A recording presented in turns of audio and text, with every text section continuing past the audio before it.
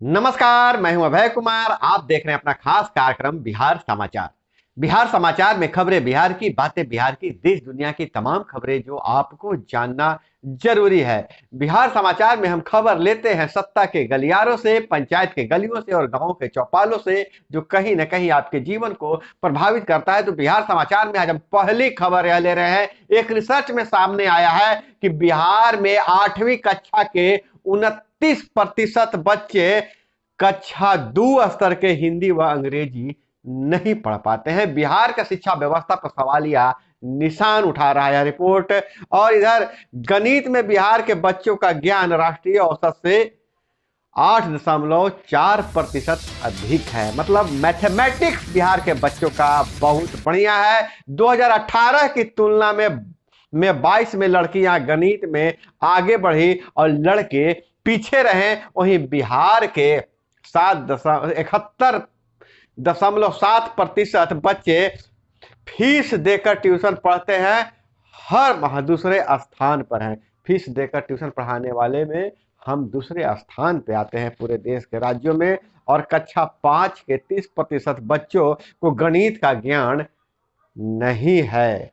30% बच्चों को गणित का बहुत बढ़िया ज्ञान है, बाकी बच्चे औसत है। वहीं पंजाब हरियाणा में 8वीं के बच्चे डिवीजन करने में केरल के बच्चे से आगे हैं। देश का हाल यह है कि कक्षा 3 के 10% बच्चे 1 से 9 अंक नहीं पहचान पाए। और वहीं 7 से 8 साल के बच्चे ज्यादा 99% स्कूलों में भर्ती हुए हैं। मतलब बच्चे को स्कूल जाने का प्रक्रिया, मतलब बिहार शिक्षा स्तर में बच्चे को स्कूल भेजने में बिल्कुल आगे है, लेकिन क्वालिटी एजुकेशन पर अभी और काम करने की जरूरत है। और इधर बात करें कि हाजीपुर से बहुत ही अजीब घटना आ रही है, अजीब व गरीब घटना आ रही है। बैंक लूटने के लिए पिस्टल लेकर घुसे 3 बदमाश, वहां पर तैनात 2 महिला सिपाहियों ने लुटेरों पर तान दिया राइफल, तो लुटेरों के पैंट गीला हो गया और भाग गए। बैंक में अपराधियों से मांगी पासबुक, नोक झोंक के बाद महिला सिपाही पर तानी थी पिस्टल। और पिस्टल तानने के बाद महिला सिपाही ने डरी नहीं, अपना राइफल तान दिया। तो बदमाश 9-2-11 हो गए। और वहीं नीतीश कुमार का समाधान यात्रा, बक्सर में विशेष राज्य का दर्जा को लेकर सीएम पीएम पर तंज कसे हैं। बोले नीतीश कुमार, जिद छोड़िए महाशय, विशेष राज्य का दर्जा दे दीजिए, गजब का विकास होगा। मंत्री का माफी नहीं मांगना ठीक नहीं है।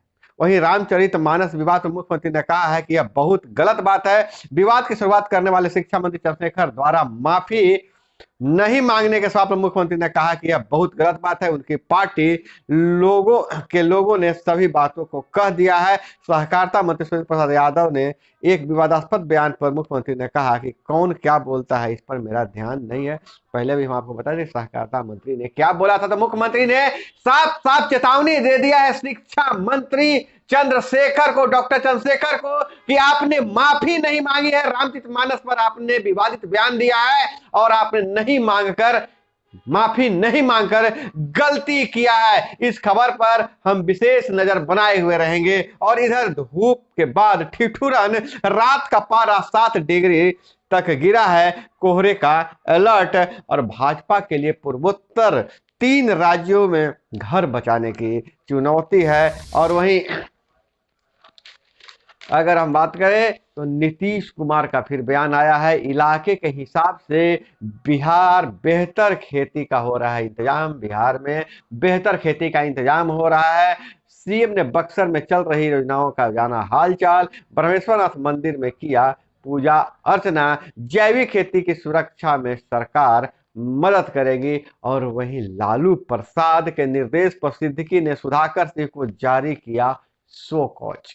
जी हाँ, एक पुराने मंत्री पर शो कॉज जारी किया गया है, जिन्होंने कहा था कि कृषि विभाग में सारे चोर हैं और मैं मंत्री हूं तो मैं चोरों का सरदार हूं। उसके बाद भी उनके और बयान आते रहे हैं। अब लालू प्रसाद के निर्देश पर सिद्दीकी ने, अब्दुल बारी सिद्दीकी ने उन पर शो कॉज जारी किया है। कहा कि फैसला अनुशासन समिति के अनुशंसा के बाद राष्ट्रीय अध्यक्ष करेंगे। वैसे भी पहले से आसार थे कि मकर संक्रांति के बाद सुधाकर सिंह पर कार्रवाई होगी। और इधर 2 वर्षों से रुका था पीएचडी नामांकन। अब राज्य के कई विश्वविद्यालय ने निकाले हैं फॉर्म। पटना विश्वविद्यालय, मुंगेर विश्वविद्यालय, तिलक मांझी विश्वविद्यालय में कर सकते हैं आवेदन। फरवरी मार्च में होगा पीएचडी इंट्रेंस टेस्ट होगा। और वहीं बिहार बोर्ड में मैट्रिक की प्रैक्टिकल परीक्षाएं आज से 21 जनवरी तक होगी प्रैक्टिकल की परीक्षा। और नेवरा दनियामा रेल लाइन का मार्च 2024 तक पूरा होगा। जमीन अधिग्रहण विवाद में देरी, अब विवाद खत्म हो गया है और 24 जिलों में 10 फरवरी से चलाया जाएगा फाइलेरिया उन्मूलन अभियान। और घने कोहरे के कारण 3 गाड़ियां टकराई, 2 घायल। अररिया में हादसा हुआ है। वहीं पंचायती राज विभाग से अगर खबरों की बात करें, अपनी गाँव की खबरों की बात करें, तो गाँव में अभी तक जो भी पैसे भेजे जा रहे हैं डायरेक्ट मुखिया जी के जिम्मे पैसे आ रहे हैं और उन पैसों में वार्ड सदस्य को बहुत ज़्यादा आज़ादी नहीं मिल पा रही है। और वहीं जहां पुराने जो बयान आए थे, जो मसौदा तैयार किया गया था कि सरपंच और पंच को भी विकास कार्यों में भागीदार बनाया जाएगा और ग्राम कचहरियों को भी विकास कार्यों के लिए जिम्मेदार संस्था बनाया जाएगा, उस पर अभी तक कोई नोटिफिकेशन नहीं आया है। ऐसा कहा जा रहा था कि मुख्यमंत्री के समाधान यात्रा में कुछ इस तरह की घोषणा होगी, लेकिन मुख्यमंत्री इस मुद्दे पर बात अभी नहीं कर रहे हैं। लेकिन समाधान यात्रा के बाद जल्द ही नया मसौदा तैयार होगा